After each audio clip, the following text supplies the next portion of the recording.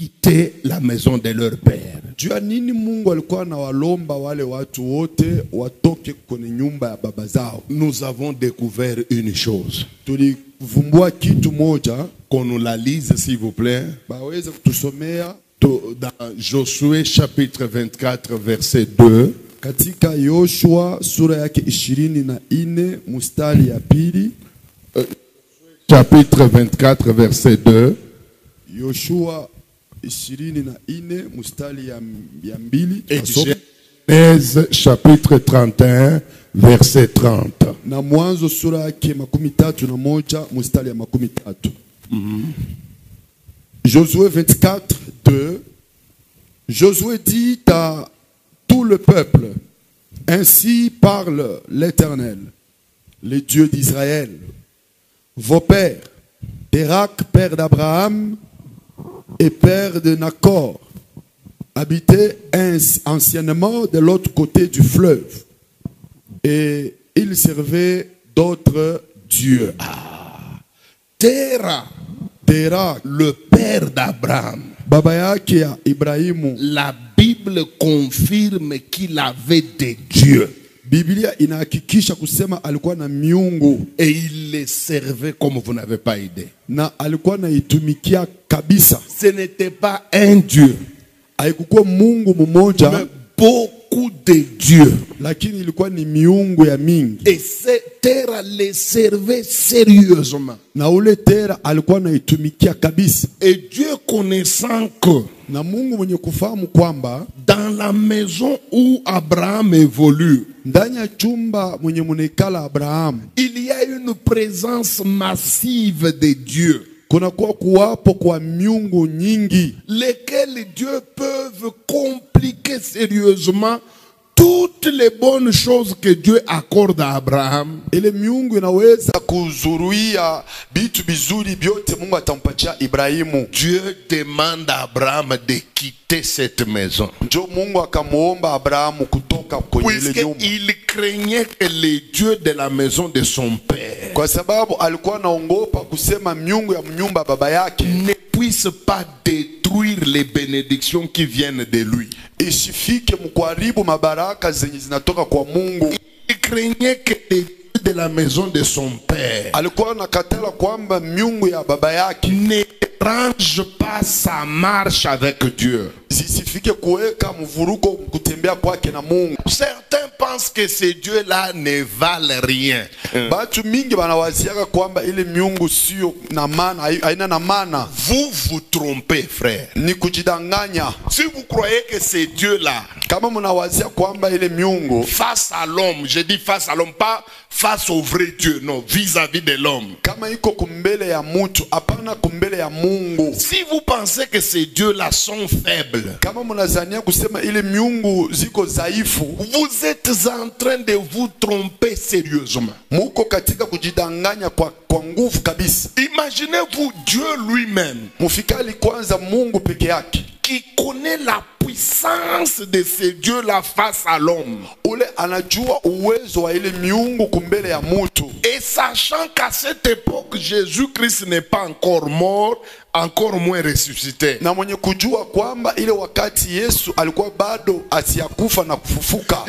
Dieu lui-même, Mungu peke yake, il pense aux complications qu'Abraham peut avoir face à des dieux qui sont dans la maison. Il lui demande de se retirer de cette maison. Alikumbuka kwa mvuruko yenye Ibrahimu angepata wakati angeingia kwa uhusiano na ile miungu, anamwambia aondoke. C'est puisque Dieu connaît que ces dieux-là ont une capacité de faire souffrir l'homme sur lequel il règne. Njo ni kwa sababu ile miungu iko na uwezaji kuteswa mtu mu maisha ya ule iko na tawala. Ils ont une puissance terrible sur les humains. Banakuwaka na uwezo ya nguvu kabisa yule ya batu. Pour vous montrer que ces dieux-là sont forts. Njo ya kumihakikisha kusema zile miungu ziko na uwezo sana. Regardez quand Dieu a envoyé Moïse pour aller libérer Israël. Muone wakati Mungu alimtuma Musa kwenda kukomboa Israeli. Dieu a accompli des miracles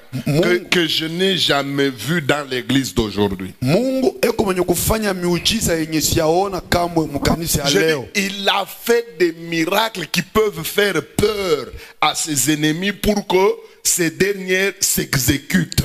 Alifanya miujiza inaweza kuongopesha adui wake juu adui apate kufanya kenye Mungu anataka. Mais Pharaon n'a jamais tremblé devant tous ces miracles là. Lakini Farao asikutetemeke kumbele ya ile miujiza yote. Vous savez quand est-ce que Pharaon a commencé à céder? Mnajua ni wakati gani Farao alianza kuongopa sasa? C'est quand Dieu a prononcé cette phrase. Exode 12 verset 12. Exode 12 12. Cette nuit-là, je vais passer en Égypte pour faire dans le pays d'Égypte et je frapperai tous les premiers-nés du pays d'Égypte. Depuis les hommes jusqu'aux animaux. Et j'exercerai des jugements contre tous les dieux de l'Égypte. La phrase qui a fait sauter le Pharaon en Égypte. Et j'exécuterai mes jugements contre les dieux de l'Égypte. C'est cette opération-là qui a complètement libéré Israël. Moïse a transformé le bâton en serpent. Musa alibadilisha bakora kuwa nyoka. Wakati Mungu alianza kulipiza miungu za Misri, il les a tellement frappés que ces dieux-là ont lâché. Mpaka ile miungu ziliachilia. Les dieux-là ont été obligés de céder. Miungu zilikuwa na mkazo ya kuacha. De même vous les chrétiens. Je reconnais que vous êtes des enfants de Dieu. Vous êtes des enfants de Dieu quand? Le jour où vous aviez accepté Christ. C'est ce jour-là que Jésus-Christ vous a sauvé. Ou si vous mourrez aujourd'hui, vous allez le voir, Jésus de Nazareth. Mais tout en acceptant Jésus,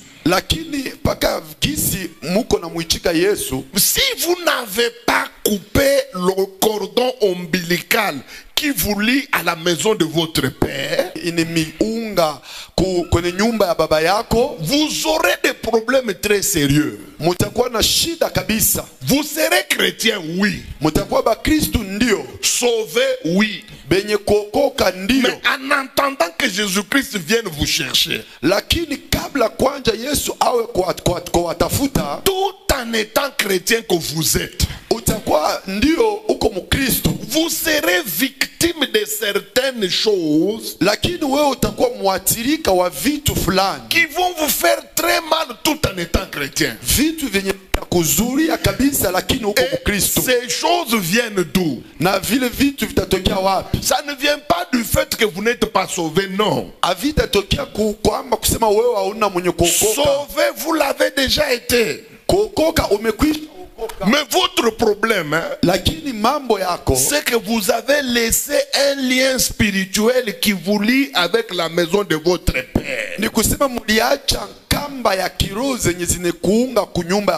Alors les dieux de la maison de votre père, comme ils trouvent encore de l'accès pour vous toucher dans votre vie physique, dans votre vie sociale, c'est comme ça qu'ils ne vont pas hésiter à vous faire la guerre tout en étant sauvés. C'est comme ça que nous avons des chrétiens effectivement sauvés, mais la vie sociale, elle est d'une profondeur de pauvreté que vous ne pouvez pas expliquer. C'est comme si ces prières ne sont pas écoutées. unaweza kuwazia kwamba maombi zake azifikake C'est kwa comme Mungu. si Jésus ne l'a jamais sauvé. Unaweza kuwazia kwamba Yesu asia bado kumwokoa, Alors qu'en réalité, Jésus l'a déjà sauvé. C'est son fils, c'est sa fille. lakini kwa ukweli Yesu amekwisha mwokoa, anakuwa binti wake, anakuwa kijana wake. Mais pourquoi elle a des problèmes bizarres, des problèmes qu'on retrouve chez ceux-là qui ne prient pas Dieu? Lakini je, anakuwa na mamambo ya mbaya, mamambo yenye abawezi kukutana kwenye mtu mwenye ego na Mungu? Tout simplement puisque c'est un chrétien qui n'est pas éclairé. On ne lui a pas montré la lumière sur le fonctionnement des dieux de la maison de nos pères. Ni kwa sababu yeye ni mtu Mkristo, lakini mwenye asia kwa mwenye kuangaziwa, aba yamwambia je miungu ya mnyumba baba yake zinatumikaka. Si vous croyez que ces dieux-là sont impuissants, vous vous trompez. Hein? Kama mnazani kwamba ile miungu azina na nguvu, ni kujidanganya. Regardez-moi. Munione kwanza mimi. Moi, je viens d'une maison où il y avait des dieux. Mimi natokea kwenye nyumba kwenye kulikuwa miungu. D'ailleurs, je ne suis pas le seul. Na siko peke yangu. Je ne connais pas un seul Congolais qui vient d'une maison où il n'y a jamais eu de dieux. Je ne connais pas. Sijui mkongomani hata mmoja mwenye anatokea kwenye familia kwenye nyumba kule akukwe miungu. Puisque même si toi tu pries aujourd'hui, hata kama wewe kunaomba leo, remontons un peu 2 générations avant toi. Tupime kurudi kwanza bizazi biwili kabla wewe ukue. Qui priait Dieu, le Dieu de la Bible dans votre lignée? Ni nani mwenye alikuwa naombaka Mungu wa Biblia na kizazi bina? Tukichukue Butembo hapa 50 ans derrière ou bien 100 ans derrière, miaka 50 kumkongo wala miaka 100 kumkongo. Quelle est la famille qui peut nous dire ici à Butembo que nous, chez nous, depuis que nous sommes sur la terre, nous n'avons connu que le Dieu de la Bible, Jésus-Christ de Nazareth? Quelle est cette famille-là? Ni jamaka ni kwenye Butembo hapa naweza kutuambia sisi tokia tuko hapa Butembo.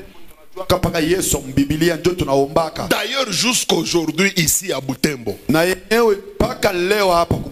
ceux-là qui règnent, ce sont des bafoumoux. Quand nous prenons le nombre de gens qui prient à Butembo et le nombre de gens qui vont chez les féticheurs, Butembo est dominé par les bafoumoux. Kichukue wingi wa watu wenye weko naomba na wingi wa watu wenye weko napaka madawa kubutembo wenye weko napaka madawa beko nyingi kabisa. Moi je viens d'une famille où il y avait des dieux. Mimi natokea ku famille kwenye kulikuwa miungu. Et dans notre famille, mon père avait reçu la tradition de ses aînés d'offrir des poules, les sacrifices aux esprits. Ndani ya jamaa yetu ni baba yangu alipokeaka na kuriti kiasili kia bababu zake kenye kinamlomba kutoa mabakuku kwenye miungu mijimu. C'est pourquoi dans notre famille, ndio kwa maana ndani ya jamaa yetu, lorsque nous sommes nés, wakati tulizaliwa, nous avons trouvé une habitude. Tulikutaka tabia. Chaque fois qu'il y a une difficulté dans la famille, mon père doit organiser ce qu'on appelle les Zoloabakish. Baba yangu ilipasha atwale ile banaita Zoloabakish. Il doit livrer des poules aux esprits, aux ancêtres, aux bilima. Namupasha atwale bakuku kwenye mapepo, kwenye bakambo, bababu. Et souvent quand il y avait la maladie dans la famille, mingi wakati kulikuwa magonjwa ndani ya jamaa, surtout des maladies persistantes, zaidi magonjwa yenye ilikuwa baganga banapima kutunza lakini haiponi. Mon père appelait les gens de sa tribu, les expérimentés, des gens qui connaissaient comment faire ces histoires-là. Yangu alikuwa anaitaka batu ya mkabila yake benye balikuwa bafundi kabisa mkufanya ile. Imaginez-vous, il appelait un papa qui était de courte taille comme ça. Mufikali alikuwa akababa moja alikuwa asina mrefu kwa mwili. Moi j'ai vu de mes propres yeux. Miliona na macho zangu pekee. Dans ma famille, pas ailleurs. Ndani ya jamaa yangu haina nje. Nous on vivait à Kolwezi. Sisi tulikuwa Kolwezi. Quand vous entrez dans notre parcelle, ukiingia kwenye lupango yetu, vous allez trouver des petites maisonnettes dans lesquels mon père allait déposer la nourriture aux ancêtres. Utakutana tumanyumba kidogo kidogo mule baba yangu alikuwa anaenda kutwala vyakula kuba mizimu zake. Ce qui m'a impressionné, lakini kilinishangaisha, c'est la manière dont on immolait ces poules là. Ilikuwa ni namuna yenye balikuwa na uwa zile bakuku. On ne les tuait pas avec le couteau. Abakuku waka na ziua na kisu. Mes amis, moi j'ai vu des choses terribles. Mimi niliona mambo ya mshangao. On prenait les poules, on les mettait par terre. Alikuwa nazichukua banaziweka chini. Les poules vivantes, hein? Bakuku benye beko hai, bien portantes. benye beko muhafia. Et le papa là arrive. Il commence à parler en Chiluba. Il s'adresse aux poules. À votre grande surprise, mes amis, quand il parle là, il parle dans ma langue des tribus là. La poule s'élève d'elle-même, elle se crache par terre, elle meurt. Il commence à parler à la deuxième. S'il y a 18 poules, elles mourront toutes des paroles. C'est comme si elles sont en train d'obéir à un code donné. Il parle quelques mots seulement. La poule s'agitait, puis elle se jette par terre, elle crache. Après avoir tué toutes les poules de cette manière-là, on les prépare très bien. Et souvent c'est avec l'huile de palme. Pas l'huile de table, l'huile végétale, non. Et puis on ne pourra pas utiliser la cuillère moderne. Souvent on utilisait un morceau de bois qu'on a bien préparé. Après avoir préparé, on appelle d'abord les garçons qui doivent manger. Mais avant de manger, on enlève des gros morceaux, hein? On y met un peu de foufou et on va déposer dans ces maisonnettes là, les sanctuaires là. Mes amis, c'était bon comme vous n'avez pas idée. C'est pourquoi moi j'aime trop la cérémonie des autres.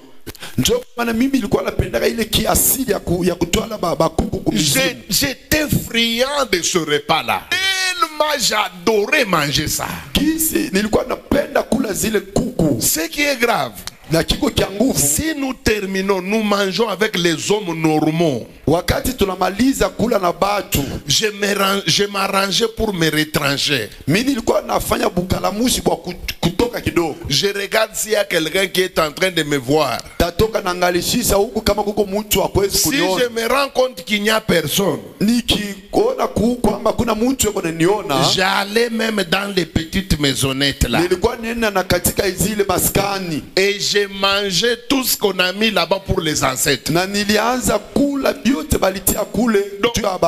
tel que vous me voyez ici, j'ai déjà mangé à la même table qu'avec les esprits mauvais. J'ai mangé ces choses comme vous n'avez pas idée. Maintenant, ce qui va m'étonner moi, ou qui va vous étonner, quel que soit le problème qu'il y avait dans la famille, si mon père fait cette cérémonie là, il s'adresse aux ancêtres: vous m'avez abandonné, je suis avec des enfants, ils sont malades, chers ancêtres, venez nous aider. Le même jour la maladie s'arrête. À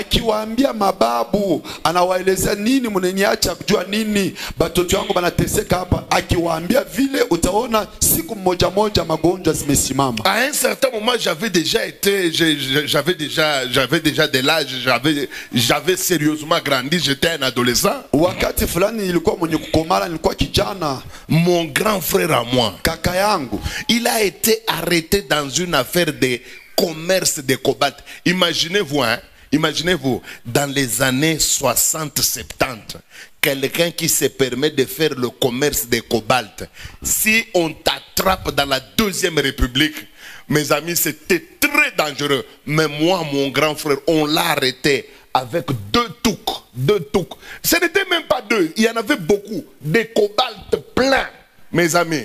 On l'a arrêté, on l'a pris des Kolwezi, on l'a amené à Lubumbashi. Vous connaissez les services de sécurité de l'époque qu'on appelait CNRI. On ne savait même pas là où il est. Tout le monde savait que, en tout cas, votre grand frère, on va le tuer. Mais mon père, hein, il appelle les gens de ma tribu, les gens qui connaissent comment faire les Zoloabakish. Il met les poules là-bas. On les tue avec la même formule. Il parle aux ancêtres. Vous m'avez abandonné. Mon fils a été arrêté. On va le tuer. Mes amis, le même jour, le gouverneur de l'époque, je ne veux pas citer son nom, vous savez, les réseaux sociaux, c'est un problème. Le gouverneur de l'époque, mes amis, il libère mon grand frère sans raison. Et pourtant, on lui a dit, prenez cet homme-là, amenez-le à Kinshasa. Donc mon grand frère risquait la mort. Mais on l'a libéré. Lui-même, hein, il a quitté les cachots là. Il dit à mon père, je ne sais pas pourquoi on m'a libéré. Mais on m'a dit, allez, Bumba Furudi à Kolwezi. muone gisi zile miungu za baba yangu zilikuwa na tenda. Kaka yangu bamekwisha mshika na alistahili kufa. Lakini ile miungu inaichika kwenye malombi ya baba yangu, banamwacha kaka yangu. Ile wakati akukua msaada hata ya waziri, akukua msaada hata ya mbunge, kwa sababu neno ya ubunge ilianza mu77 hapa. Ile miungu inatumika na nguvu kabisa. Na utaona kwamba ile miungu kama unaiona ziko mipumbafu, lakini kunajidanganya, ile miungu ziko natumika na nguvu kabisa. Ils ont une force incommensurable. Beko na nguvu kabisa. D'ailleurs, c'est la raison pour laquelle, hein, si on ne les chasse pas, ils ne partiront jamais. C'est comme ça qu'il y a des familles, hein, qui ont des dieux qui ont déjà fait un siècle dans la famille.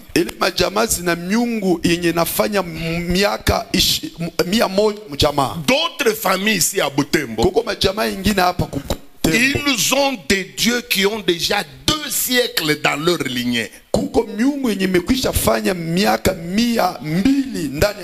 Puisque ce sont des dieux têtus, diaboliques, ils ont une capacité de contrôler que vous ne pouvez pas imaginer.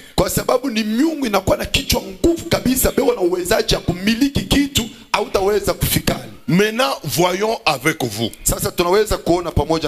Quels sont les rôles de ces dieux-là une fois installés dans une famille?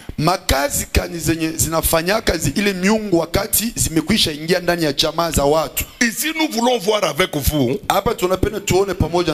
les activités des dieux des maisons de nos pères. Puisque, croyez-moi, ils n'entrent pas dans une famille pour organiser une kermesse, hein.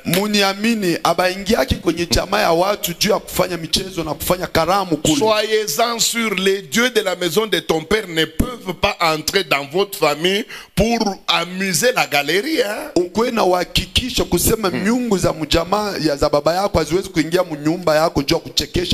Quand les dieux entrent dans une maison,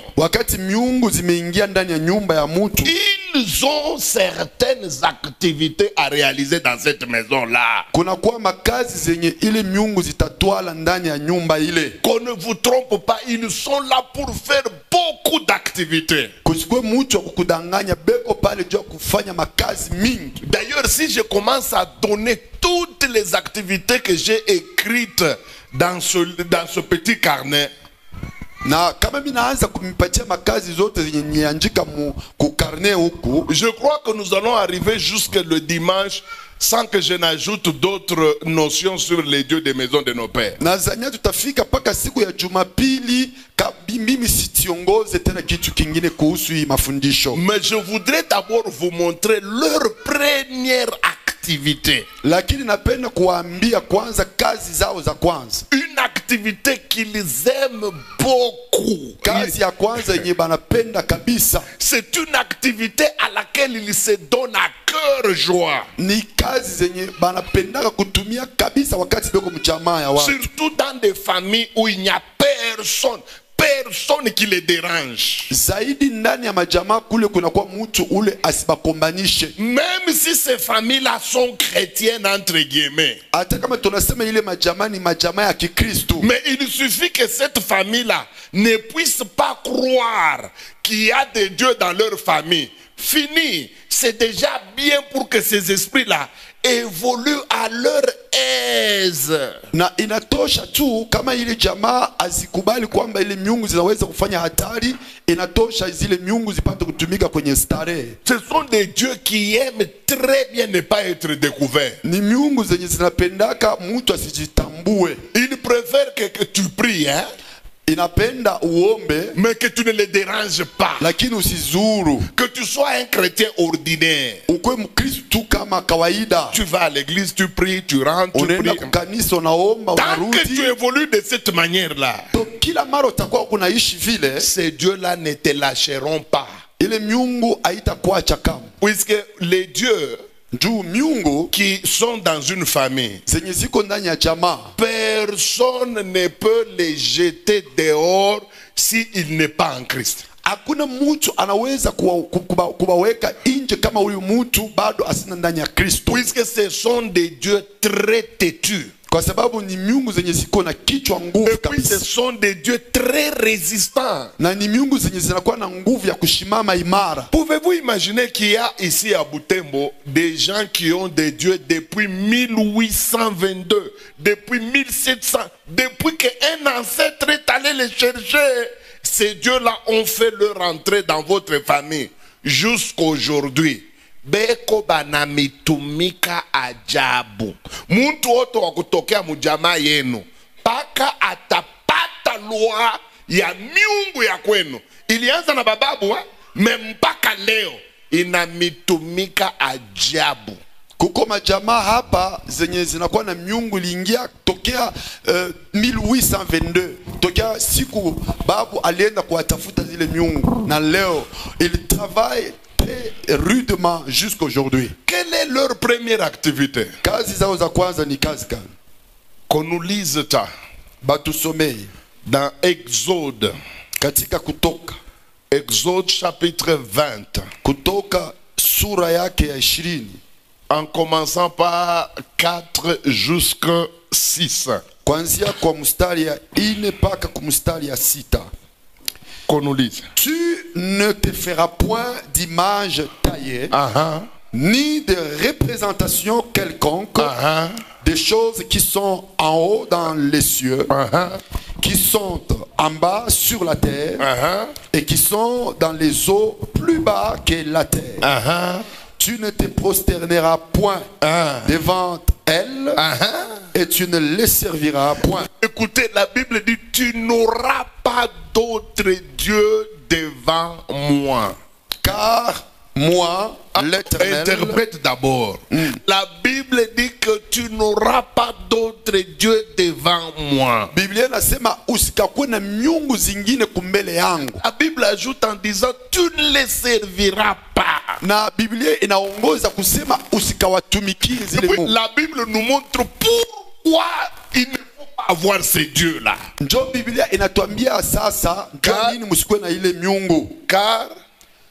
Car moi Dieu, l'Éternel ton Dieu, je suis comment? Je suis un Dieu jaloux, qui punit l'iniquité des pères sur les enfants jusqu'à la 3e et la 4e génération. Regardez la dangerosité des dieux des maisons de nos pères.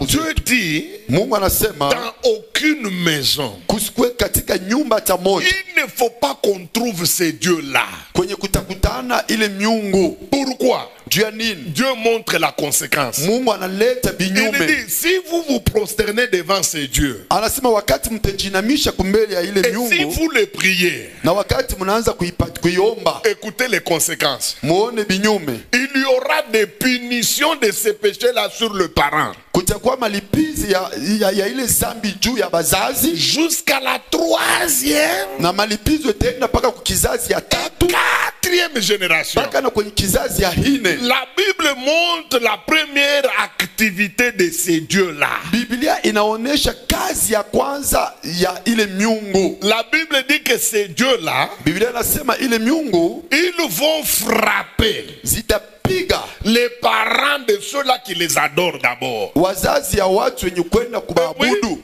Et les enfants de ces parents-là. Oui, les enfants de ces parents-là. Et la Bible dit que ça peut aller comme ça jusqu'à la 3e ou 4e génération. Nous venons de comprendre déjà la première activité des dieux des maisons de nos pères. Donc ces dieux-là sont capables de frapper une famille d'une malédiction donnée, une identité donnée. Donc surtout c'est leur propre identité. Par exemple, si dans votre famille les dieux qui existent dans votre famille, ce sont les dieux d'impudicité. Qu'est-ce que vous allez remarquer? Comme ce sont des dieux qui sont appelés à pérenniser leur règne dans votre famille, ils vont frapper tous les membres de la famille de leur étiquette. Toutes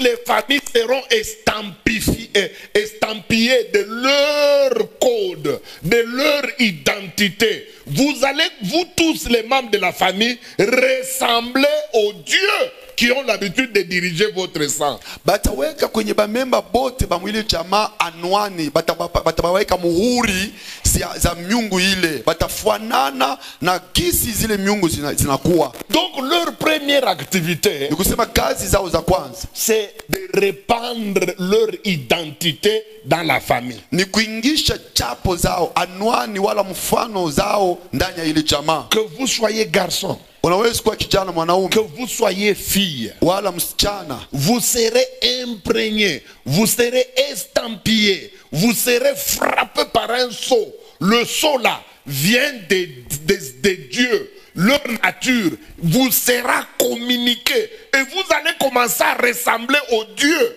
qui dirige votre maison. Batakupika muhuri, batakupika chapo, na ni chapo yenye inaleta mfano za ile miungu. Utafuanana paka na ile miungu na bamemba bote ba jamaa batafuanana na ile miungu. Et concernant l'identité que les dieux de la maison de nos pères nous transmettent, il y a d'abord plusieurs identités. Na kuhusu anwani zile miungu itatwala kuna kwa anwani nyingi kabisa. Je ne veux pas parler des autres identités. Sipende kusema kuhusu maanwani zingine. Mais je voudrais prendre d'abord les identités spirituelles. Lakini napenda kuleta kwanza maanwani za kiroho. Donc l'une des activités des dieux des maisons de nos pères, kazi mmoja ya makazi zote za miungu za baba yetu, c'est de nous communiquer des identités spirituelles. Ni kutuambukizia mahanwani za kiroho.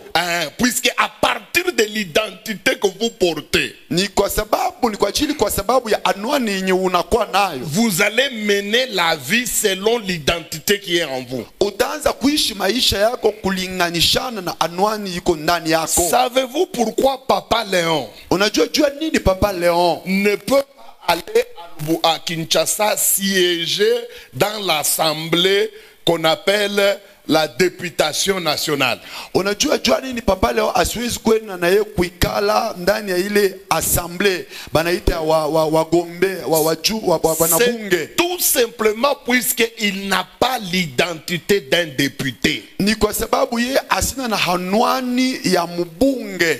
Savez-vous pourquoi le pasteur Esdras ne peut pas aller siéger dans le conseil des ministres, là où Fachi est en train de présider la réunion? On voit Papa Esdras entrer. Je ne peux jamais mettre mes pieds là-bas. Pourquoi? Puisque je n'ai pas l'identité d'un ministre. Ne peuvent entrer dans cette réunion que ceux-là qui ont l'identité d'un ministre. Unajua nini Papa Esdras hawezi kwenda kuingia mchumba kwenye kuna kwa reunion conseil ya waziri kwenye Fachi ego natwala ma reunion? Ni kwa sababu Papa Esdras asina na hanwani ya mwaziri na siwezi kuweka mikulu yangu kule kama. Et vous savez aussi pourquoi lui aussi ne peut pas entrer dans la réunion des collèges des anciens de mon église. C'est tout simplement puisque Fachi n'a pas l'identité d'un ancien.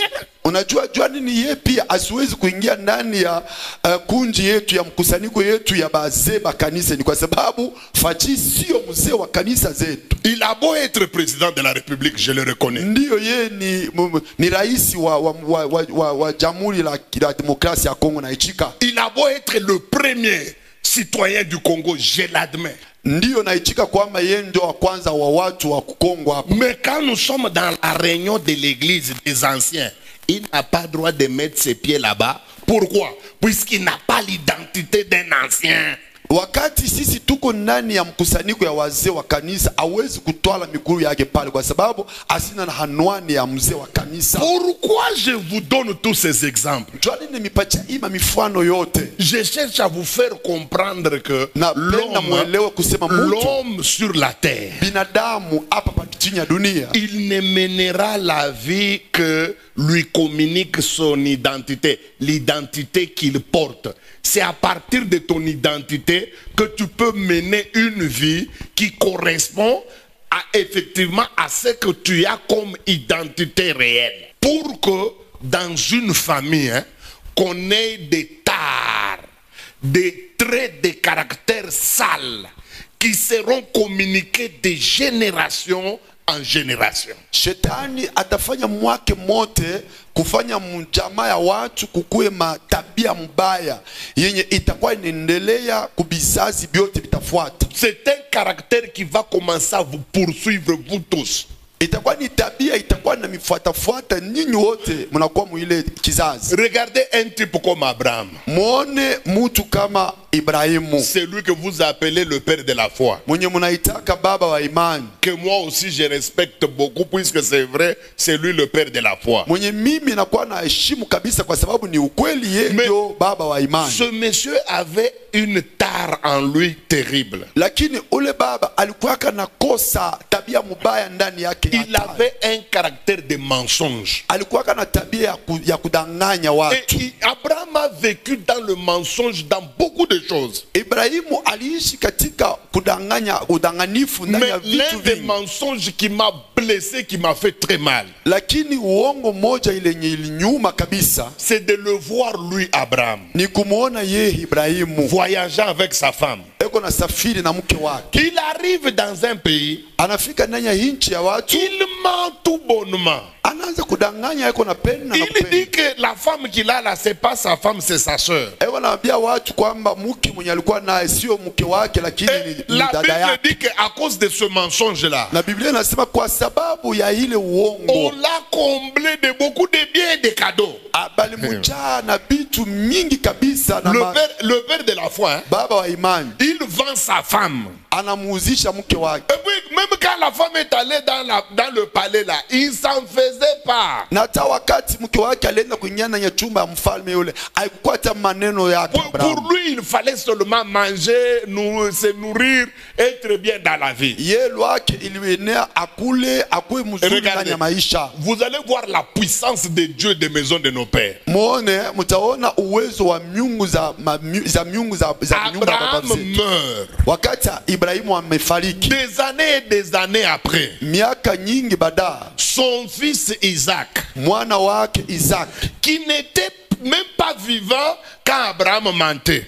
ule mwenye alikuwa bado asiazaliwa wakati Ibrahimu alikuwa na danganya watu. Mais regardez la puissance de Dieu des maisons de nos pères. Lakini muone uwezo wa miungu za nyumba za babu zetu. Après la mort d'Abraham, Kisha kufa kwa Ibrahimu, Isaac va voyager avec sa femme Isaac anasafiri yeye pia na mke wake dans un pays étranger. akaenda kwenye nchi ya wageni. À ma grande surprise, Kwa mshangao wangu, il va mentir de la même manière que son père. atadanganya paka vile baba yake alidanganya watu. Ce qui est grave, Na kiku kia nguvu, il va utiliser les mêmes vocabulaires comme s'il avait été à l'école du mensonge de son père. atatumia matango moja moja, utawazia kwamba yeye alikuwa shule moja ya uongo ya udanganyifu na baba Il a yake. menti de la même manière Anadanganya munamuna moja moja pour les mêmes intérêts, juu ya kupata mafaida moja pour moja, accéder au cadeau comme son père aussi avait accédé au cadeau. na njoo kupata mazawadi kama vile baba yake alipata mazawadi Les zile. identités spirituelles, Maanwani za kiroho du caractère, zenye zinatwala tabia ça mbaya, fait des dégâts dont vous n'avez pas idée. iko nafanya matendo mbaya kabisa. Mais regardez maintenant, Sasa muone, Abraham a menti une seule fois. Ibrahimu yeye alilongoka, alidanganya mara moja tu concernant la femme. kuhusu mke wake. Ce qui m'étonne avec Isaac, Kenye kilinishangaisha na Isaac, Isaac lui a fait ça 2 fois. Isaac yeye ameifanya mara miwili. Maintenant, quand lui a mis au monde un garçon qu'on appelle Jacob, celui-là, il a été spécialiste, plus que le grand-père, plus que le père. Wakati sasa anazala mtoto wake wanaita Jacob, yeye ndo alikuwa mfundi kabisa, mshindia baba, Il anamshindia na était babu. tellement filou, Yeye alikuwa mwenye kufahamu kabisa ile kazi. tellement menteur, hein, Alikuwa muongo wa nguvu que même son grand frère, Esaü, il dit, est-ce que c'est puisqu'il s'appelle Jacob qu'il m'a trompé jusque-là 2 fois? asema huyu mtu jo kaka yake Esau anasema huyu mtu ni juba anamuita kwa jina ya Yakobo jo amekwisha kunidanganya mara mbili. Jacob lui a commencé à mentir même là où il ne faut pas mentir. Yakobo ye alianza kudanganya watu na pale abilombe On kudanganya. dirait, plus on descend, Ikusa zaidi vile tuko naenda kushuka, la malédiction est en train de prendre des ampleurs inquiétantes. na lahana inaanza kwenda kukomala tena kwa nguvu kabisa. Et ça a commencé avec Abraham. Ilianza na Ibrahimu. Mais déjà au niveau de Jacob, Sasa mu hatua ya Yakobo, le caractère devenait de plus en plus insupportable. ile tabia ilikuwa ya mbaya, mtu hawezi kuivumilia. Est-ce que ce n'est pas le même cas aussi que toi? Sasa tukuulize kama aina njo vile na wewe pia. La plupart des jeunes filles qu'on marie ici à Butembo et qui sont infidèles au mariage, pour un petit déplacement à Beni ici, elle, femme mariée qu'elle est, elle peut coucher avec 4 personnes déjà à Beni. Et puis elle rentre dans son mariage, elle rentre dans sa famille comme si de rien n'était. Wingi wa binti kwa hapa Butembo atasafiri tu kidogo anaenda kubeni, kwenye wakati atafika kubeni ataanza kusharatika, atasharatika na bantu hata ine, anarudi hapa saa mtu mwenye asikufanye mambo hata mmoja. Quand vous regardez son mari, il a beaucoup d'argent. Ukione bwana yake ana hela nyingi. Donc ce n'est pas l'argent qui manque à cette femme. Ni kusema sio makuta, sio hela zenye zinakosa kwenye ile jamaa. Vous entrez dans leur cour, Ukiingia ndani ya lupango zao, vous trouvez des ameurs, utakuta magari minene, vous trouvez des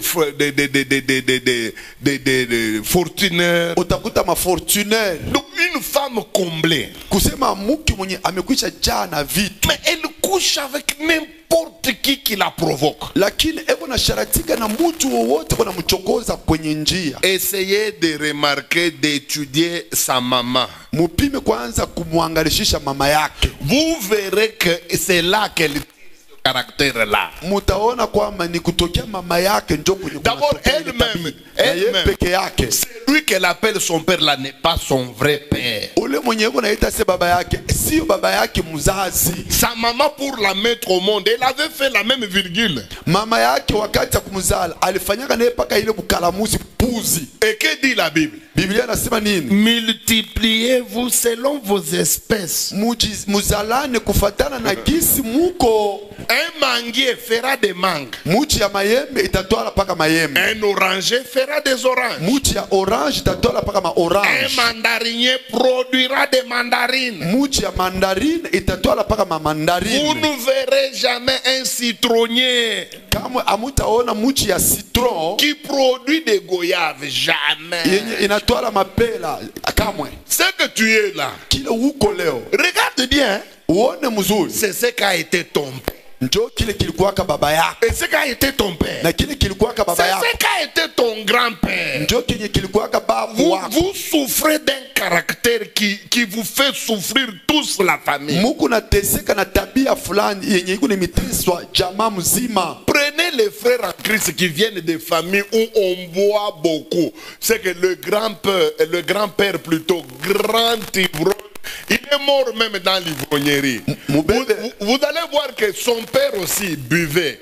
Il y a des frères, hein, il veut bien abandonner la bière. Son souci c'est d'abandonner. Mais pourquoi il n'abandonne pas? Puisque en lui, hein, il y a plus que lui.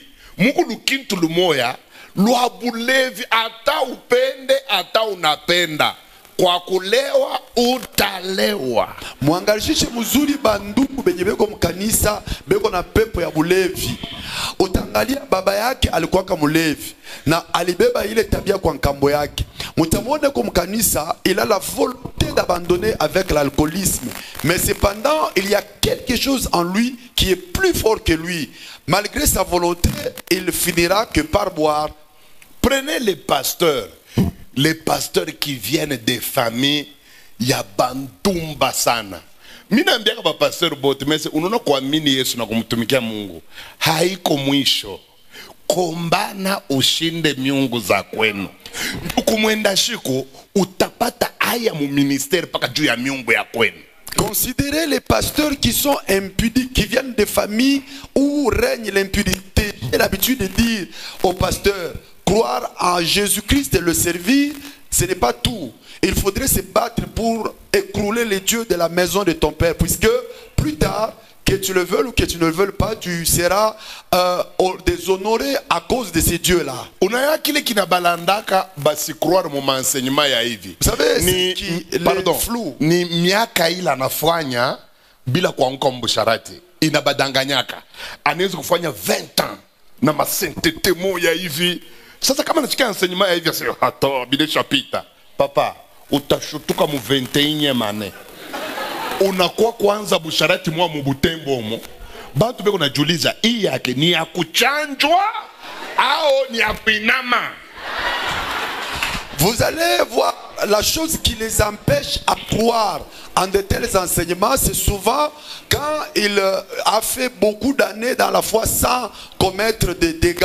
Alors, pasteur, regarde, tu peux avoir fait 20 ans sans commettre des bêtises, mais à la 21e année, tu vas commencer l'impudicité ici à Butembo et on dira, tu as été incisé pour ça ou bien tu as été inoculé pour ça. Vous les hommes de Dieu, écoutez. Vous les femmes qui servez Dieu, écoutez, ça peut vous aider. Hein. Je sais que généralement, nous les hommes de Dieu, nous sommes imbus de nous-mêmes. Il y a un orgueil vain qui vous attache à votre titre, qui vous attache à vos œuvres. Et nilifanya campagne kisangani kulikuwa batu 1 million baliamini papa wangu kuko bali balifanya ya kupita pale.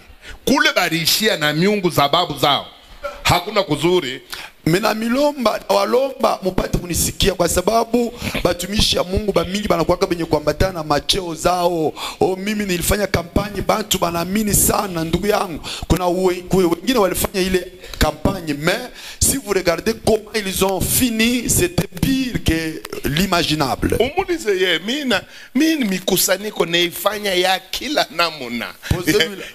ya inje, ya masale, ya kubazungu, ya kubeushi, ya kubapigme. Mina ifanya mikutano ya maina ile mikutano njo huduma. Huduma ni kitu ingine. Unaweza kuwa kumuma teatre yako, wewe unaita huduma. Uko tu msenji mumambo yako. Unaona?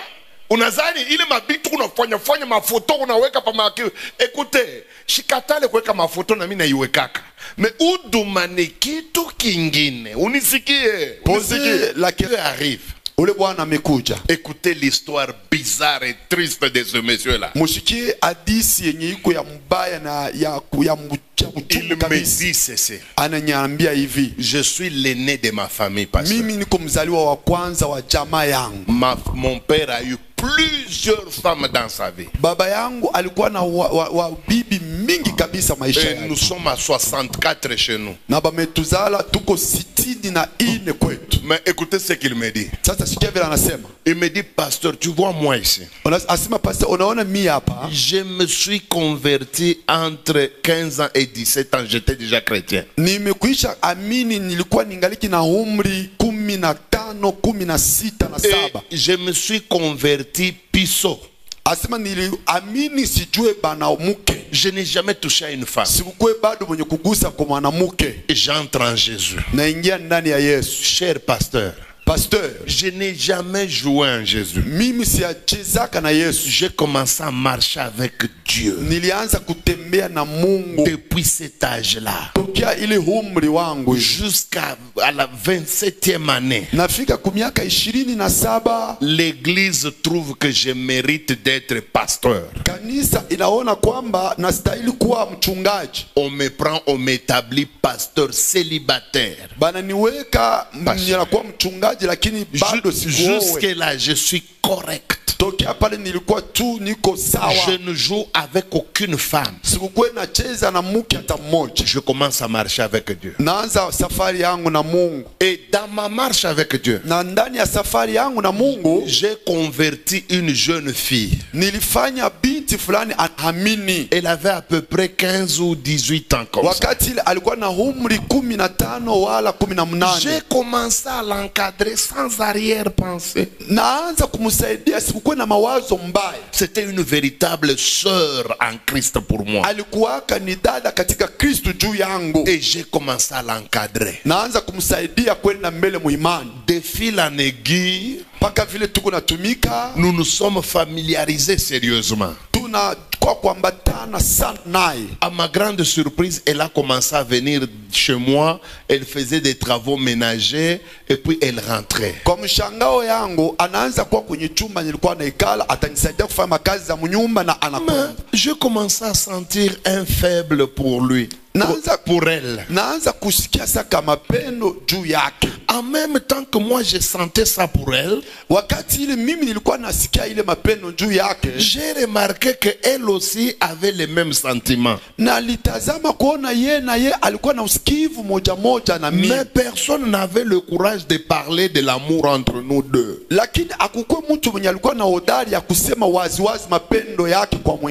Quand nous étions habités par l'esprit de sainteté.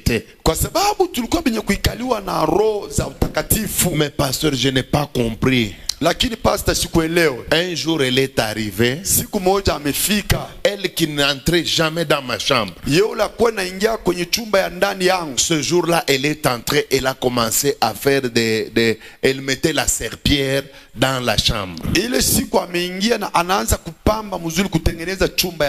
À ma grande surprise, je l'ai tirée et je l'ai mise sur le lit. Nous nous sommes assis comme ça. J'ai commencé à l'embrasser. Je croyais qu'elle va réagir. Non, elle a joué le jeu. Nous nous sommes embrassés. Et quand j'ai terminé, pasteur, j'avais le cœur gonflé. J'ai regretté, je me sentais impur.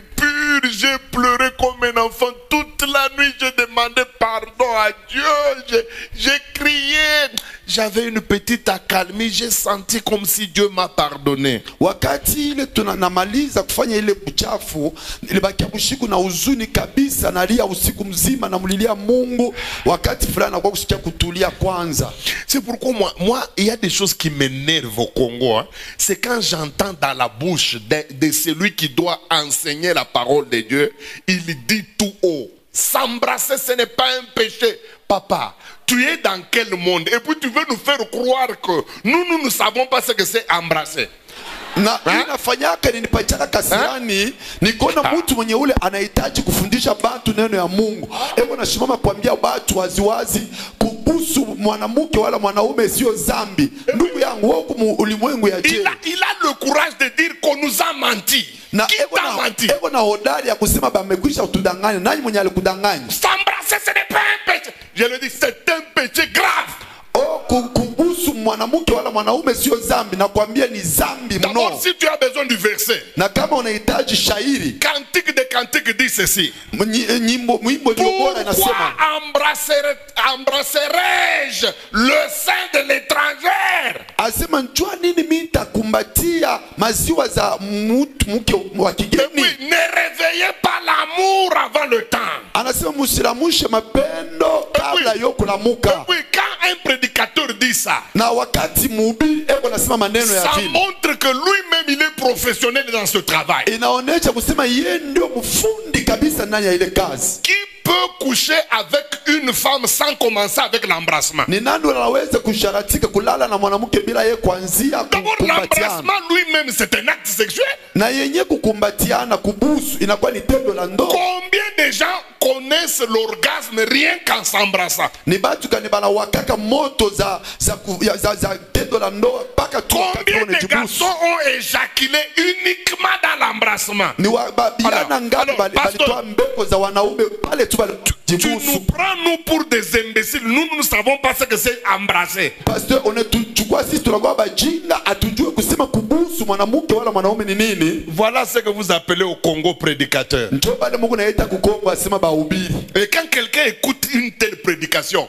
c'est que bana mu encourager ndio kubamba fiancé kunyonya lurimi karibu wakate na kukata. Kama mtu anasikia mahubiri ya vile ndio wakati atachukua mchumbe wake ni kumunyonya lurimi jusqu'à au point même de vouloir couper cette langue là. Na hii Kiswahili yenu ya biso nyonso tosalaka papa ushilande wenjo salaka we. Avec votre langage selon lequel tous nous faisons, non, ce n'est pas tout le monde, c'est toi seul. Tous les pasteurs au Congo ont ce langage. Vous savez,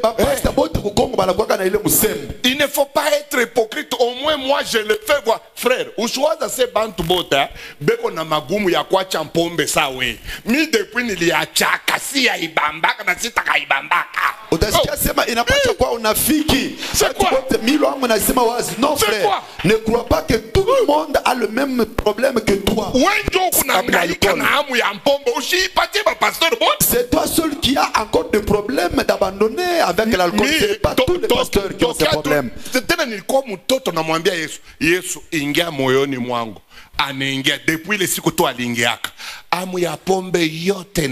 D'ailleurs, j'étais jeune. Je dis à Jésus-Christ, entre dans mon cœur. Dès lors qu'il est entré, toute la soif de prendre l'alcool est partie. J'avais commis l'erreur. Nilifanyaka kosa mu fiançailles. Dans le fiançailles. D'embrasser maman Emily. D'embrasser maman Emily. Moi, Jésus-Christ m'est sorti, il est parti de mon cœur. J'ai eu des troubles. Et j'avais confessé. C'était dans le fiançailles. Je n'avais plus jamais osé jusqu'à ce que je l'ai épousé. Physiquement, je ne l'ai jamais connu. Physiquement, c'est comme kufanya kufanya ndoa ya tendo ya ndoa. L'acte sexuel, je ne l'avais pas fait dans le fiançailles. Mais l'embrassement, j'avais osé le faire. Toute la paix m'est partie. On dirait que tous les anges s'étaient enfouis loin de moi. C'est comme ça que vous demandez à quelqu'un d'embrasser sa conjointe ou son conjoint. Écoutez ce que le garçon me dit. Nous avons commencé à nous embrasser. J'ai demandé pardon. Il y a eu accalmie de 2 jours. kulikuwa kukutulia kwa masiku mbili. Le troisième jour, Siku ya tatu, j'ai ressenti en moi appel là encore. je l'ai appelé. Wakati namuita, Cette fois-là, nous nous sommes embrassés. ile wakati tulikumbatiana, Cette fois-là, nous sommes allés loin. njoo pale tulienda na Nous mbali. sommes allés au stade de non-retour. Tulifika mfazi ya kama unaingia mawezi tena Nous kutoka. nous sommes retrouvés en train de nous déshabiller. Nous-mêmes, elle me déshabille, moi je la déshabille. Tulijikutana tunakuwa tuko nijivua mangua, puis, yani nivua mangua na mimi namvua mangua. L'irréparable est arrivé. Na mambo mubaya ilifika. Pasteur, pour la première fois, Pastor, ilikuwa ni juu ya mara ya kwanza. j'ai couché avec une femme. Njoo mimi kusharatika Ce na qui mke. m'a étonné, la femme aussi. Na kilinichangaisha mke ule na C'est yeye. la première fois qu'elle a connu un homme. Ilikuwa na ni mara yake ya Et puis, kwanza kujua mwanaume. Les gens disent que quand il y a quelqu'un a été déviergé, il y a un peu de sang qui coule. Mais pour elle, ça a coulé abondamment. J'ai eu même peur. J'ai eu peur que la femme... Elle a fait même la fièvre. Mbantu wanasemaka kama mwanamke anafaa tendo ya ndoa ya kwanza kuna kwa damu kidogo tu na viaka, lakini yesi akukwe damu kidogo, ilikuwa ni damu nyingi kabisa na À alipata. partir de ce jour-là, c'était devenu l'habitude. Na tokea ile siku ilibakia ni zoezi. Nous avons commencé à coucher en désordre avec cette fille. Tunaanza kusharatika kwa nguvu sana na ule mti. Je l'engrossais, on avortait, mais j'étais toujours pasteur. Nilikuwa miko nampatia mamimba, tunatwala, lakini ilikuwa pasta. Papa Ezra, ça ne s'est pas limité là-bas. Papa Ezra aikumalizike pale. Au début, j'ai commencé avec la seule fille. Kumwanzo nilianza paka na ule Mais au binti. milieu, j'ai commencé à prendre d'autres filles. Sasa mkatikati naanza Dans kuchukua na l'église. babinti bengine ndani J'ai ya kanisa. couché toutes avec elle. Na sharatika nao wote. Et aucune ne me dénonçait. Na hakuna hata mwenye alikuwa unatosha mambo wazi. J'ai gardé toujours ma réputation dans la communauté. Nilikuwa paka na heshima yangu ndani ya Mais community. il n'y a que moi et les femmes qui savaient que nous sommes déjà pourris. Lakini ilikuwa ni paka mimi na babibi yangu. Écoutez ce qu'il m'a dit. Il me dit, Papa Ezra, tu sais pourquoi je suis venu te voir? Anasema unajua nini napenda kwa kukuona. Je sens que bientôt là Dieu peut me tuer. Kwa sababu nasikia kwamba masiku kidogo hapa Mungu ataniua. Pourquoi tu dis que Dieu va te tuer? Nasema njoo unasema Mungu atakuua. Il dit puisque le niveau que je suis arrivé, Anasema njoo hatua kwenye nafikia. c'est un niveau impardonnable. Ni hatua yenye Mungu asiwezi tena kusamehe. Anasema unafanya nini? Il dit cette fois-ci je prends même les femmes mariées. Anasema hapa Mungu anachukua hata na babibi ya watu. J'ai couché avec les femmes mariées de mon église, plus de 60. Na sharatika na babibi ya watu mkanisa yangu kupita 60. Ça m'a poussé loin. Na bili nisukuma kwenda mbali. Je suis arrivé dans des pratiques telles qu'on peut avoir une veillée aujourd'hui. Nafika kwanza kufanya matendo matabia moto. Unaweza kuwa tu na maombi ya usiku. C'est moi qui conduis la veillée. Ni mimi ndio niko naongoza maombi ya usiku. Je donne le sujet de prière. Taleta kishina ya malombi. Je dis prions. Na setuombe. Pendant que les gens prient, Kati batu beko naomba. je prends une femme mariée. Tachukua bibi ya mtu. Nous allons dans mon bureau. Tunaenda kwa ofisi yangu. Nous couchons. Tunasharatika kule. Quand nous terminons, je reviens dans la veille. Wakati tunamaliza narudia tena ndani ya malombi. Je dis tutaomba muyaomba. Mimi napiga mikono sasa nous allons. Leo tutatafuta Mungu. Aujourd'hui vous allez chercher Dieu. Je donne un deuxième sujet de prière. Taleta kishina ya pili ya malombi. Je prends encore une femme mariée. Mimi nachukua tena bibi ya mtu mwingine. Nous allons là-bas. Tunaenda kwa ofisi. Il m'a dit quelque chose que personne d'autre m'a déjà dit dans sa vie. Aliniambia kitu kenye mtu asikuwa mwenye kunyambiaka maisha yangu. Il me dit dans une veillée. Anasema usiku moja tu ya malombi. De 22h à 6h. Tokia 22h mpaka 6h. Je me retrouve en train de coucher avec 12 femmes. Mimi najikutana niko na sharatika na banamuke 12. Alors pasteur Ezra, je tremble, je sens que huku mimi naanza kwenda Mungu ataniua tu.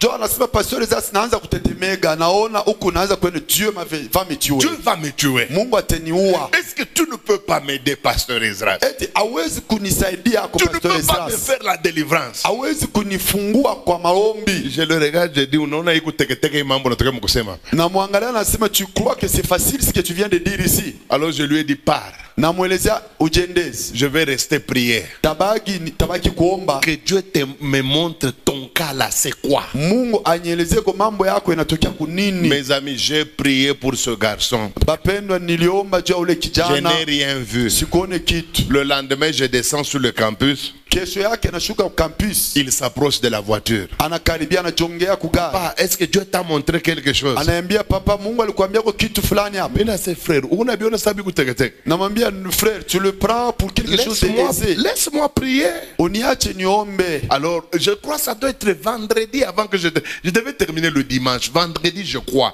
Je peux me tromper le jour, mais c'était vers la fin de la semaine. Inaweze kwa Jumamosi wala mkazi tano, naweza kujidanganya lakini ilikuwa ni kumwisho tu ya wiki. Parce que moi, je suis très fort dans les visions que dans les paroles de connaissance.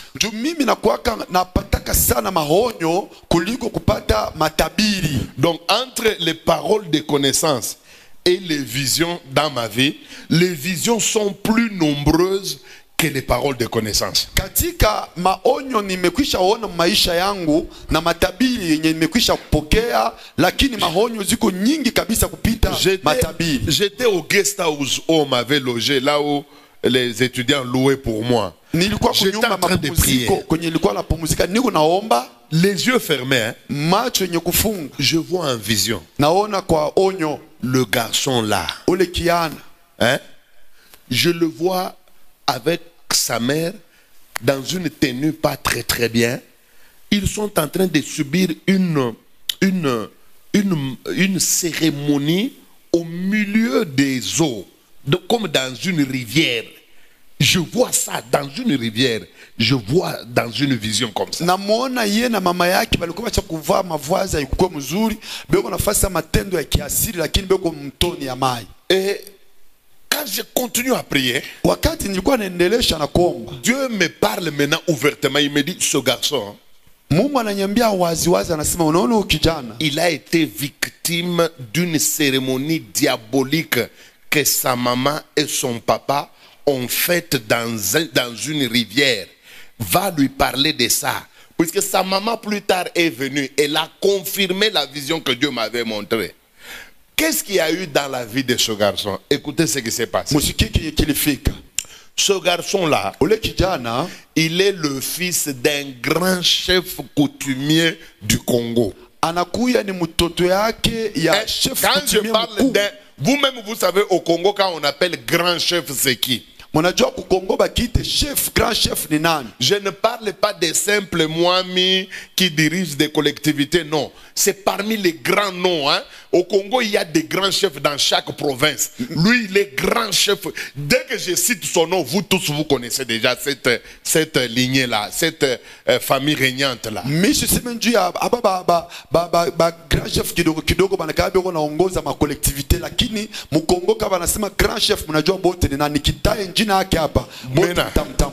Dans leur tribu, ils ont une coutume. C'est que si le grand chef régnant meurt, le grand chef candidat au trône, on doit le prendre, on l'amène dans une rivière à minuit. Et on amène sa mère biologique dans la même rivière.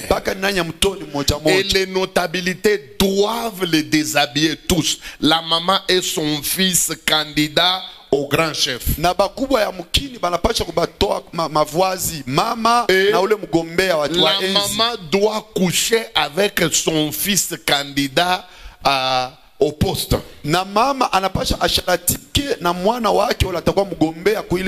Et si il couche comme ça, la maman ne verra plus le grand chef dans sa vie. Si la maman voit son fils, elle-même doit mourir. Ainsi, tous les pouvoirs du grand chef doivent être retirés. Maintenant, le pasteur en question que j'ai trouvé sur le campus, il est qui?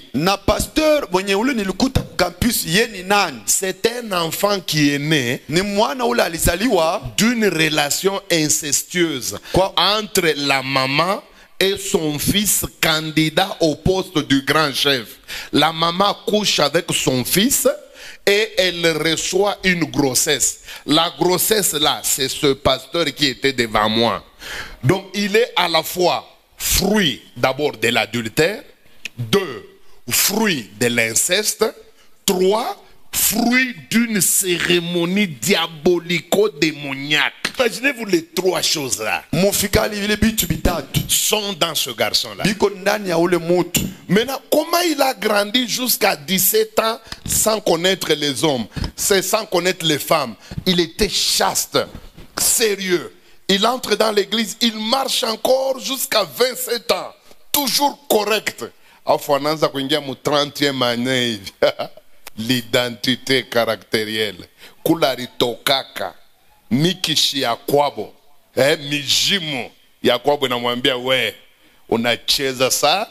Shi hapa ndio tulikuzarisha we. Uliingia mtumbo njuu ya uwezo yetu we. Kisha unamwamini Yesu. Sava? Yesu uendelee na emeshi. Tutakurudisha kubitu ya mama yako. Anafanya akaanza busharati paka ile mamaka alifanya mumai. Anitisha na mamake anakuwa kunitubuya ile mambo, aseme papa, huyu mtoto nilimupata mkulala na mtoto yangu mie. Huyu grand chef mnashikiaka huyu ni mtoto yangu minjo, yenjo alinipa mimba ya huyu pasteur. Papa, tunaanza deliverance.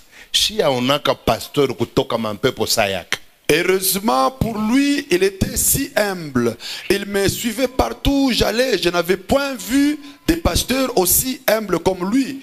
Puisqu'il est arrivé jusqu'au point d'appeler sa mère qui est venue se confesser, elle m'a confirmé que cet enfant est le fruit de la grossesse que j'ai contractée avec mon fils. Quand nous avons chassé les démons, papa, ma démon iko ria mukinyo ya pasteur, unasikia makria ba makaka, mimi nasema angalia mtu bego naita pasteur eko naongoza kanisa. Kisha anachafua manguo. Mimi siwezi kumwambia bintu bilikuwa bya buchafu. Masperme pale chini. Kama palikuwa mwanamke ningemtosha mu deliverance ende mbali. Alifanya bintu bya busenji sana pale chini, akapona. Waza tokea ile siku na leo hayanguka tena mbusharati. Au moment où nous étions en train d'opérer sa délivrance, il y a des choses qui se sont passées, de très mauvaises choses. Cris de chimpanzés, des cris divers, et il y a eu des mouvements, beaucoup de mauvaises choses qui se sont passées. Puisqu'il a eu à éjaculer là-bas. S'il y avait une femme dans cette délivrance, j'allais lui demander d'aller loin. Mais depuis ce jour-là, jusqu'aujourd'hui, il n'est plus revenu. Aujourd'hui, il a une grande église, plus que même la mienne de Kipush. Leo eko na kanisa mkubwa kabisa kupita hata yangu ya Kipush. Et il est très sérieux. Na eko na tembea sawa na Mungu. Il est marié et il se respecte. Ni mwenye kuisha kuoa na eko na jeshimia kabisa. Et souvent il me dit ceci. Na ananyambia hivi sana. Anasema papa Esdras. Anasema papa Esdras. Unaona bantu bala ba vivra kama mambo sashie. Les gens qui n'ont point vécu les choses comme nous. Abateshikia. Les enseignements ils ne l'écouteront point. Mais si bale tripitamu tunayua mateso ya bile bintu. Njopa le bina pendaka kukufuata sana. Mais nous qui sommes passés par là, nous connaissons comment ces choses font souffrir. Alors, ce sont les choses qui nous poussent, des gens comme moi, à beaucoup t'écouter. Identité caractérielle. Anwani za tabia. Deuxième sorte d'identité spirituelle que les dieux des maisons de nos pères nous donnent. Aina ya pili ya anwani yenye miungu za munyumba za babu zetu banakuwaka na tupachia. Banduku, mishi ubirage kitu akina kia Bible. Frère, je ne prêche pas des choses qui ne proviennent pas de la Bible. Na vile mitendaka mukaburi au tenishikiaka mukinyo yangu mie kufundisha kitu kile au tekiverifie mu Bible. Mimi kukupika kitu na leta na maandiko. Na kunyukuta kitu na leta na maandiko. Ninjuu ushikapime kuwazia seme mina landa. Puisque kunekalaka bale batumishi ba Mungu bale ba roho mubaya kazi yake anakuwa mwenseignement njoo kubamba maerreur. Njoo pale mimi nekalaka nikitwange neno na leta na maandiko. Na twanga neno na leta na maandiko komsa usipate nguvu ya kubisha. Soit uneikatala tu njoo ku roho mubaya upende Mungu, sawa? Soit uko obligé kuichika jubile ni unasema ni Biblia ya Bible. Anwani ya pili yenye banatupachiaka kuma miungu za nyumba za babu zetu. Ce sont des identités animales. Inakuyaka ni maanwani za wanyama. Utajiuliza c'est pasteur, Shibilo unasema binaandikiwa wapi? Twende na wewe mbele. Vous allez vous poser la question, où est-il écrit ce que tu dis, pasteur? Marc chapitre 7. Marko sura ya 7 verset 24-28. mustari ya 7 ya 24 mpaka 28. Identité animale.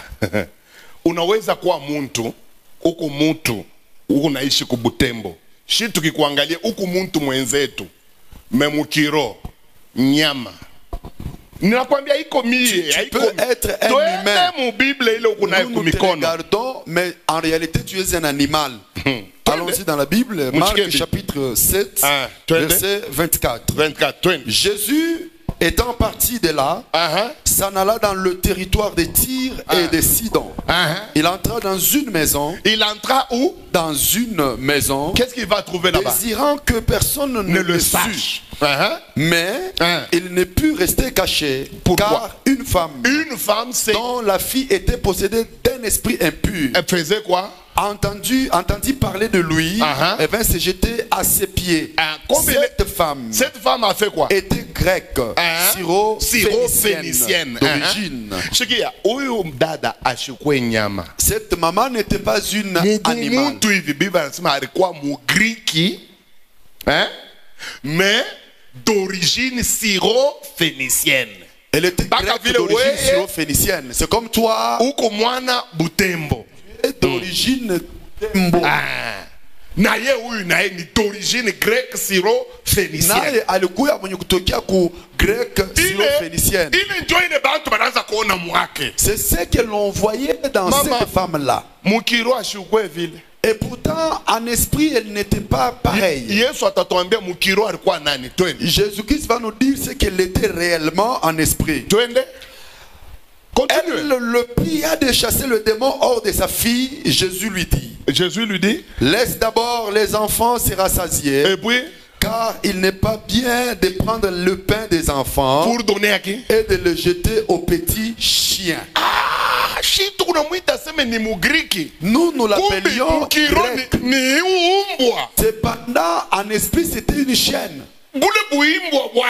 Sa nature de chien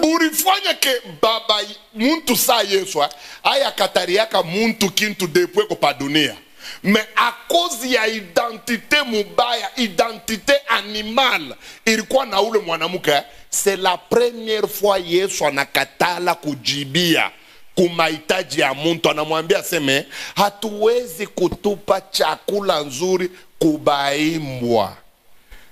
Et puis le mwanamke fwani kwambia ashikubishe kaana imbwa, shikaye mnye mu masemo yake. Anaria seme, eyo baba Yesu, ata imbwa anakulaka ko quand même ile batu banatupaka. Ile phrase jo ilimuponesha. Buimbwa bwake buri merite ashipokee kile kitu. Kuko bantumu identité yake ni Marie. Kuko bantumu identité yake ni Jean-Marie muntu.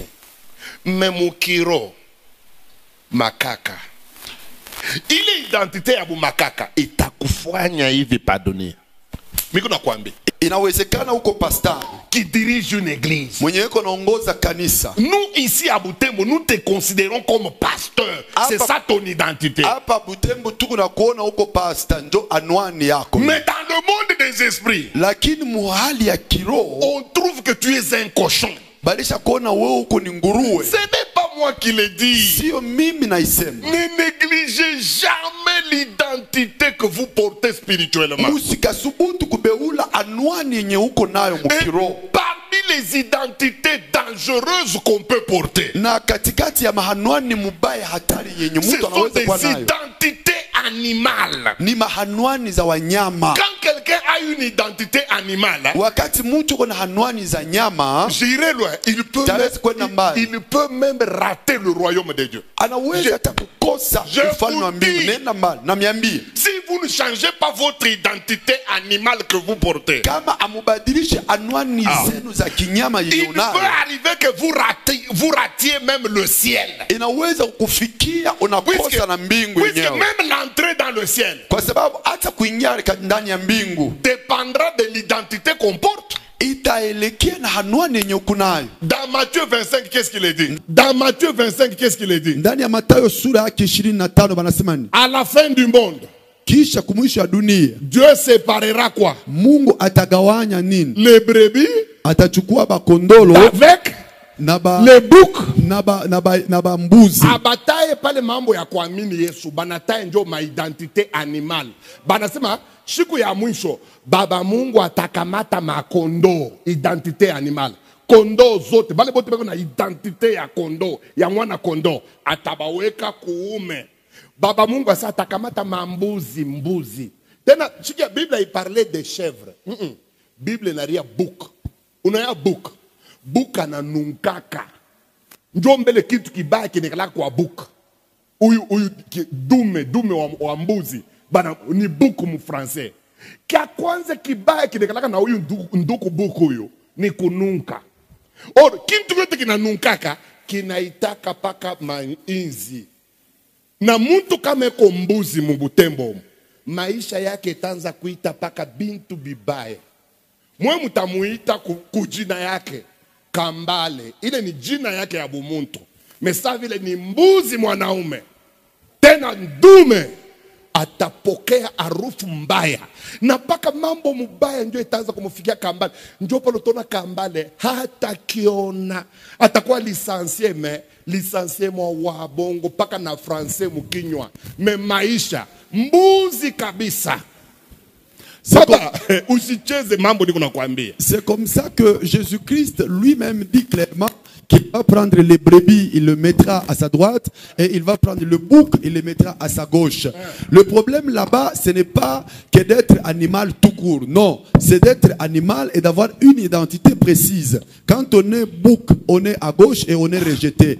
Et l'identité de bouc fait mention à quoi? Fait mention à tous d'abord qui donne une mauvaise odeur. Et quand on a une mauvaise odeur, c'est comme ça qu'on va aussi attirer des mouches et toutes sortes d'insectes qui sont mauvais. Vous savez, de tous les animaux. Nyama bumbafu sana ula na kunuaka mikoyo ya bibi yake ni paka mbuzi. De tous les animaux. Iko anakunya anafurahi. Bakwetu mbuzi ni msenji. De tous les animaux, l'animal le plus insensé, c'est le bouc, parce qu'il est le seul qui boit les urines de sa femelle. Et il s'en réjouit. Kama mukiro balikupatia identité ya mbuzi umububutembo na kwambia hauya kunya mikoyo takunya. Si en esprit on t'a collé l'identité de bouc ici, tu vas boire des urines. Kuna bengine banikalaka basenji lwa kuomba mbele fiançailles bibi amwichike aninda mbele kumagochi mbuzi wa kwanza huyu. Il y en a même qui, au lieu de demander le fiançailles, pour que l'on l'accepte, il va d'abord à genoux. Premier bouc. Bengine njo biku nenda kulambula bitu ma hôtel. Il y en a qui vont sucer des choses dans des hôtels. Moi, je ne peux pas aller à de telles histoires. Tu m'as appelé à la sainteté.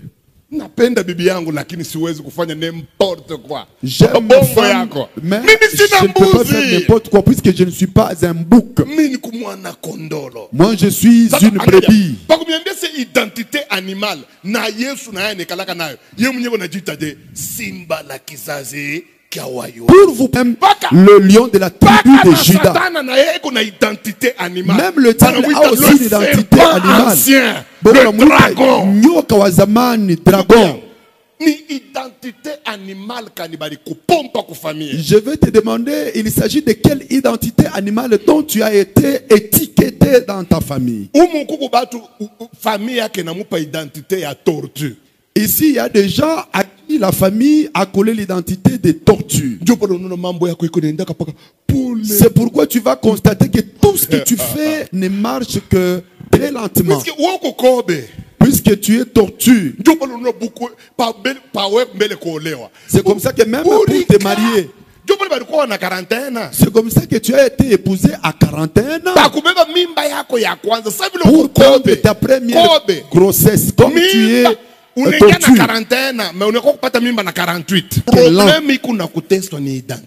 problème qui te fait souffrir, l'identité. l'identité que tu portes. Munayo aseme Yesu ayakatariaka muntu kintu mu Bible. Vous savez que Jésus n'a jamais refusé quelque chose à quelqu'un dans la Bible. Paka na mademo yinesha kumuombaka Yesu. Demo Même Yesu. les démons ont pu demander à Jésus. Yesu anechika maombi yao. Jésus a exaucé leur prière. Ba demo banamwambia Yesu. Les démons ont dit ceci à Jésus. Usitufukuze nje ya hii mugini. Ne nous chasse pas loin de cette ville. Ututume kumanguruwe. Renvoie-nous dans les pourceaux. Je croyais que Jésus allait refuser. Cependant, il a accepté, il a dit allez-y. Mais cette femme est venue demander à Jésus puisque sa fille était démoniaque. À cause de l'identité animale que portait cette femme-là. Jésus a refusé. Il lui dit que cette nourriture n'est pas à donner aux chiennes comme toi. Heureusement que cette femme, quoique identité de chienne était,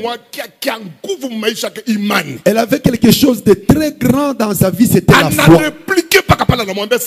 Elle a répliqué tout de suite. Elle a dit Jésus, même une chiot, un chiot,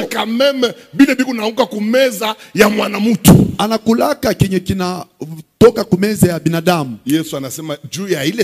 Jésus lui dit à cause de cette parole, je vais te donner. Si cette femme, elle avait été empêchée d'être répondue à cause de l'identité animale qu'elle portait. Pour te prouver que cette identité vient des familles.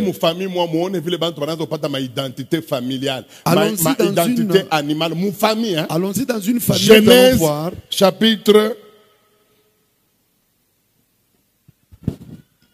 chapitre 49. Genèse chapitre 49. Verset 1. Jacob appela ses fils. Jacob appela ses fils et dit, assemblez-vous et je vous annoncerai ce qui vous arrivera dans la suite des temps. Il dit qu'il y a des choses qui arriveront dans les jours à venir. Mais ces choses-là dépendent de l'identité que leur père va le connaître. Et leur père va communiquer une identité animale à chacun de leurs. Rassemblez-vous et écoutez, fils de Jacob. Écoutez, Israël. Votre père, Ruben, toi mon premier-né, ma force et les prémices de ma vigueur, supérieur en dignité et supérieur en puissance. Simeon 9, 10, verset 9, 10. Judas est un jeune lion. Qui a déjà identité famille n'a pas. Écoutez l'identité que la famille lui donne. Judas. Toi, Judas, dès aujourd'hui, tu es un lion. Écoute, je vais te dire. Judas. Toute la vie de Judas sur la terre. Pardon, c'était comme la vie d'un lion. L'identité qu'il lui a donnée, c'était son père. Judas est demeuré lion jusqu'à aujourd'hui. Et même Jésus qui est venu de la tribu de Judas, il a aussi hérité de l'identité du lion. Nous allons voir quelqu'un d'autre verset 16. 16. Dan jugera son peuple comme l'une des tribus d'Israël. Dan sera un serpent sur le chemin. Dan sera un serpent. Na wangare maisha yote ya Danite ilikuwa paka bakalamushi bote balikuwa sabanyoka. Constatez toute la vie de tous les Danites. Tout celui qui est né. Endelesha. Une vipère sur le sentier, mordant les talons du cheval. Dan, c'est le type de personne. Vous allez vous demeurer avec lui croyant qu'il t'aime. Vous allez croire l'avoir prévalu. Mais Bible nasema ni nyoka eko nakula talon ya adversaire bake bote. Ile bintu unaona banisha kukufanya kimwana mpunda kiabo. Na njo kwa maana autendele akata. Ebwe utona bataku exploiter vile we. Mwisho saa utachomba hauna tena mali. Unaona moya anaanza kurudia kwao. Njo unasikia mkubwa tulikala masiku mingi. Sasa narudi kijijini. Nikasalimie bazazi. Ile sababisha kukuweka chini. Unabakia Butembo paka na njina ya zamani ile bari kuyuwaka. Ya seros ana kintu tena. Makutenesha kuisha. Unabakia paka mumapapa. Na salupeta kunaisha. Toute ta vie est par terre. Pourquoi? Puisque la famille a fait de toi un âne sauvage qui plie son épaule pour recevoir quoi? Les fardeaux. Il y a des gens comme ça. Attends, on fait comme révolter. On appelle dans les chuké jamaa yangu. Siwezi kuchukia. Eko naita se chuki. Et pourtant on fait comme fungula kila se ndugu yangu. Kutumikia famille ni mzuri. Mais hii modèle beko nenda na wewe. Wewe uta perdre tout. Le pasteur a dit ceci. Il y a des gens ici, ils se sont mariés. L'homme a 27 ans, la femme a 20 ans. Mais le jour du mariage, on va prendre chez la femme, on prend 5 personnes, on amène dans ce couple. Chez l'homme, on prend 7 personnes, on amène dans ce couple. Mais c'est pendant ces 7 personnes qu'on amène là-bas, ils n'ont rien à faire dans la maison. Tout ce qu'ils ont à faire, c'est seulement Grand Kasereka. Grand Kasereka. On dirait que quand vous m'appelez Grand Kasereka comme ça, moi je vais manger le fait d'être Kasereka. Et vous allez voir une telle personne est en train de travailler, et pourtant il n'y a rien qui avance chez lui. Tout est manqué toujours par ces gens qui sont à la maison. Et je vais dire à un frère qui était dans notre église, je lui ai dit: frère, vas-y chasser tous les gens qui sont chez toi à la maison. Mais malheureusement, ce frère-là va aller dire aux gens de sa famille: non, le pasteur Esdras m'apprend la haine de la famille. Il a ça, la haine de la famille. Et pourtant, moi, je suis en train de chercher comment le révolter. Alors, c'est comme ça que, avec cette façon de considérer les choses, il est resté avec toutes ces personnes-là, ces grandes sœurs, et ce sont elles-mêmes qui l'ont mis en faillite. Les magasins sont tombés en faillite, les activités sont tombées par terre, et puis après un moment, chacun a commencé à partir, chacun l'un après l'autre. Après quoi, quand il a totalement fait faillite, il va revenir chez moi et il va commencer à loger chez moi. Je lui ai dit: mon frère, tu m'avais traité de quelqu'un qui apprend aux autres la haine de la famille.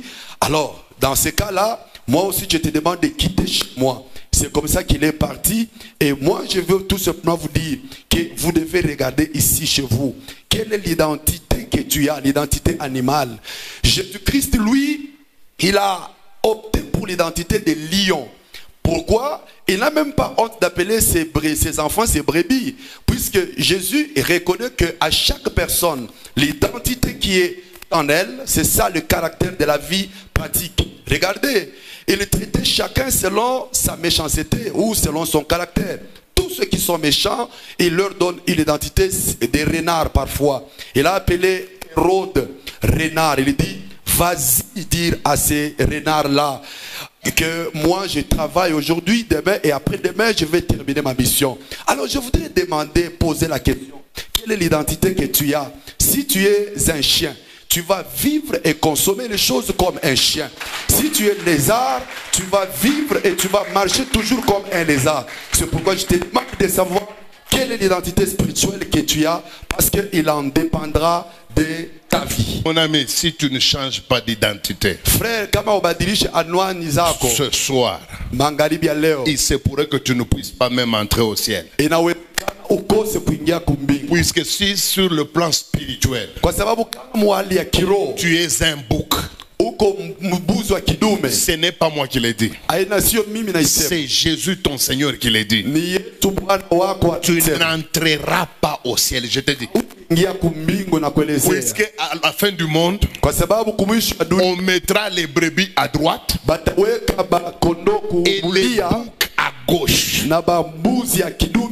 C'est pourquoi il faut faire tomber les identités animales. Ndio kwa maana inapaswa kuangusha maanwani za kinyama. Puisqu'il y a à peu près 5 sortes d'identités. Il y a les identités caractérielles, Kuko maanwani tabia c'est lié au caractère. inaelekea inambatana na tabia. Il y a les identités animales. Kuko maanwani za kinyama C'est ce que je viens de vous ni expliquer. yenye natukia kumielezea hapa. Il y a les identités végétales. Na kunakuwa na maanwani za michi. Jésus-Christ avait dit, je suis le cep de la vie. Yesu anasema mimi niko muchi wa uzima Et mon père est le vigneron. na baba yangu njo mpanda Et mizabibu. vous les chrétiens, vous êtes des sarments. Na mweba Kristo mnakuwa matawi. Ça c'est végétal. Ile iko ni hatua anwani za kibia za J'irai michi. loin. Nabii tenda mbali. J'irai loin. Tenda mbali. Savez-vous qu'il y a des identités minérales? Mnajua kuna kwa tena na anwani za madini. Hein?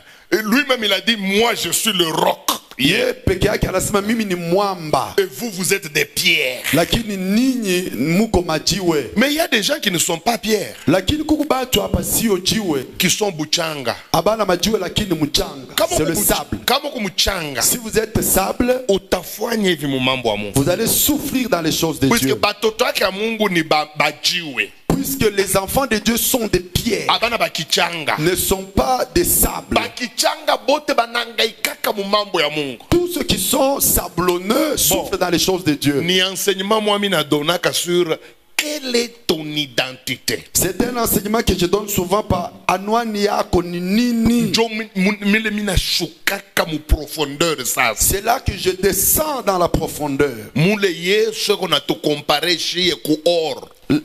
Là où Jésus nous compare à de l'or. Unasikia na kuba ingine beko na baita bapai, ile ni identité végétale. Kuku bantu beko bapai majani ya kukauka, abana na nguvu ya kubamba mambo ya Mungu. Unaona ile ni ma identité moya usineglige. Kama uko tu pai mu mambo ya Mungu auna na kulotenda ni kamambo kaloko katatokea utapeperuka saa kitu saa pepo, puisque tu n'es qu'une paille. Et il y en a d'autres qui sont considérés comme des pailles. Ce sont des identités spirituelles. Frère, si vous êtes une paille dans les choses de Dieu, vous n'irez nulle part. Parce que ça sera par moindre erreur que tu vas t'envoler et tu t'en évaporeras parce que étant une paille. Et Judas est devenu lion à partir de sa famille. Na Yuda alikuwa simba kutokea jamaa yake. Dan est devenu serpent à partir de sa famille. Dan alikuwa nyoka kutokea jamaa yake. Celui qu'on appelle Issachar est devenu âne sauvage à partir de sa famille. Ule banaita Isakari alikuya punda wa mpori kwa sababu ya jamaa kwenye anatokea. Nous voulons maintenant entrer dans la prière. Tunapenda tuingie ndani ya malombi. Quelle est l'identité caractérielle que tu as reçue de ta famille? Ni anwani kani ya tabia yenye bali kupatia mjamaa yako. Quelle est l'identité animale qui te dérange? Unaona kama uko imbwa, Vous savez, si vous êtes une chienne ou un chien, utakuwa uko mukanisa mebusharati au utachaka. Bible nasema dehors étaient les chiens, les impudiques. Unaona imbwa, vous savez, un chien, awezake njo nyama moya anafanyaka busharati moya ile inashirikishaka bantu bote. c'est l'animal qui fait la prostitution ou l'impudicité qui énerve tout le monde. Bantu banaweza kukuta pusi iko na kusanyika na pusi mwanamke batu abatashutuka. Les gens vont Mais ya imbwa trouver un batu bote chat banashimamaka juu ya kuangalia. s'accoupler, mais les chiens, tout le monde va s'arrêter pour regarder. Na kuku banamuke bengine beko hivyo. Et il y a des femmes comme ça dans cette salle. Ni kusema ka déplacement to ka loko kwenda Beni il faut alale na batu ata 15. Il suffit qu'elle fasse un petit déplacement vers Beni, elle couchera avec 15 personnes. Kuku ba pasteur umu. Il y a des pasteurs ici. Ukimwachie tu mwanamke baongee naye paka tamfuata bobibi. Si vous lui laissez l'occasion de parler avec une fille, il va la courtiser. Ni imbwa. C'est un pasteur à caractère de chien. Kama Mungu ashikufungule, Si Dieu ne te délivre pas, hautatokaka mukile kitu.